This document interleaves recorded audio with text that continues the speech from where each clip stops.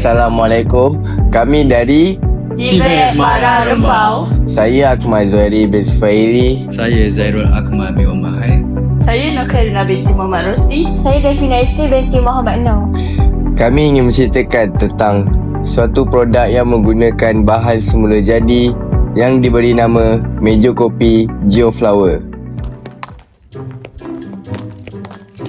Kayu banyak ni. Bukan boleh pakai pun yang kecil-kecil ni. Baik aku buang.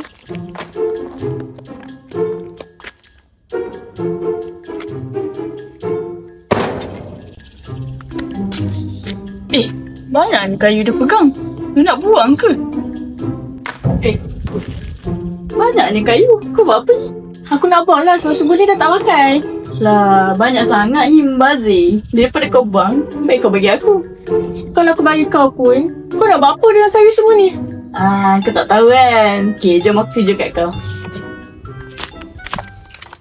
Meja kopi Geoflower ialah perabot lestari yang dihasilkan daripada bahan terbuang seperti sisa kayu dan besi buruk melalui proses guna semula kreatif. Reka bentuknya menggabungkan corak bunga geometri, elemen industri dan bentuk organik sekaligus mengurangkan kos bahan mentah serta menyokong kelestarian alam sekitar.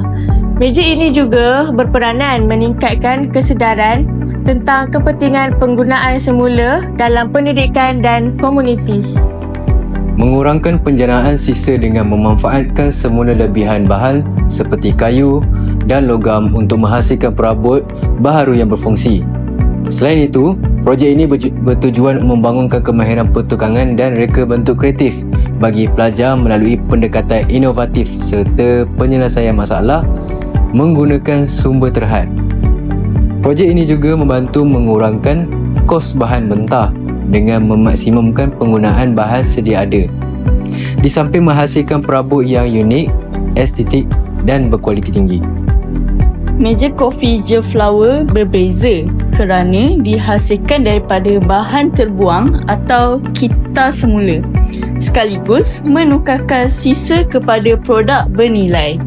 Produk ini menggabungkan kesedaran alam sekitar, kreativiti estetik dan kemahiran pertukangan yang tinggi. Meja kopi Geoflower sesuai digunakan di ruang dalaman dan separa luar seperti kafe, pejabat, perpustakaan dan pusat komuniti. Reka bentuknya yang unik dan lestari menjadikannya perabot menarik serta boleh digunakan sebagai alat pembelajaran berkaitan kelestarian, reka bentuk kreatif dan kemahiran pertukangan. Meja kopi Geoflower mempunyai potensi pasaran tinggi kerana memenuhi permintaan produk mesra alam dan minimalis. Kos pengeluaran yang rendah, reka bentuk yang menarik serta penggunaan bahan kita semula yang menjadikannya sesuai untuk penggunaan dalaman dan luaran, serta mudah disesuaikan dan dihasilkan secara besar-besaran. Proses pertama ialah proses pemilihan bahan. Dalam peringkat ini, bahan lebihan seperti kayu, terpakai dan besi daripada bengkel dipilih dengan teliti.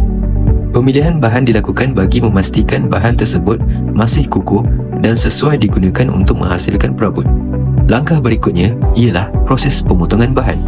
Kayu yang telah dipilih akan dipotong mengikut ukuran yang telah ditetapkan dalam pelan reka bentuk. Proses ini penting bagi memastikan setiap komponen meja mempunyai ukuran yang tepat dan seimbang. Selepas proses pemotongan selesai, potongan kayu tersebut akan disusun bagi membentuk corak bunga geometri pada permukaan meja.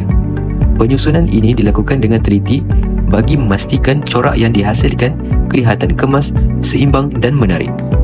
Setelah susunan kayu selesai, kami meneruskan kepada proses penuangan epoksi.